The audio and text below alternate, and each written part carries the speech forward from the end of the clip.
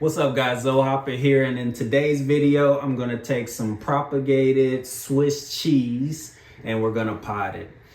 This plant is the Adansonii Monstera, also known as the Swiss cheese vine. It's one of my favorite plants. Requires like medium to direct light, trails really well, and I love the look of it. So it's ready to go. I've had it in water for a few weeks now. Look at all of that root.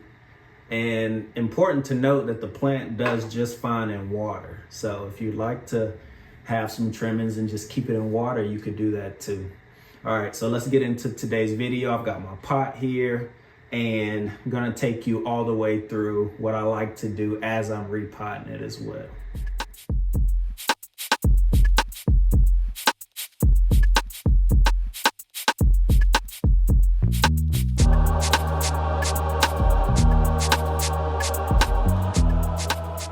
So I like to get my plant in the pot first just to see like how deep I want it to be in there. I'll put some soil in it and then I'll start to pull it up till it's at the height that I like it to be, and then I'll get more soil in there.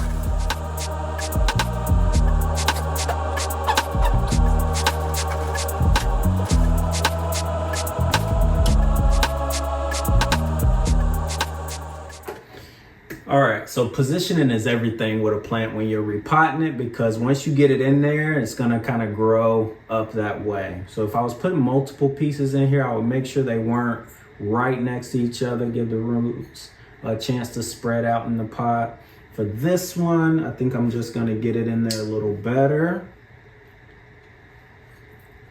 And then the final step is just watering it.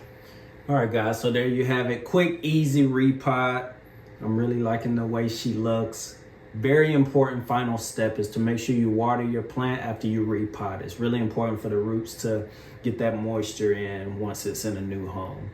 So that's all I've got. Be sure to leave a comment if you have any other tips or suggestions on how to repot those plants once they're propagated. Until next time, peace.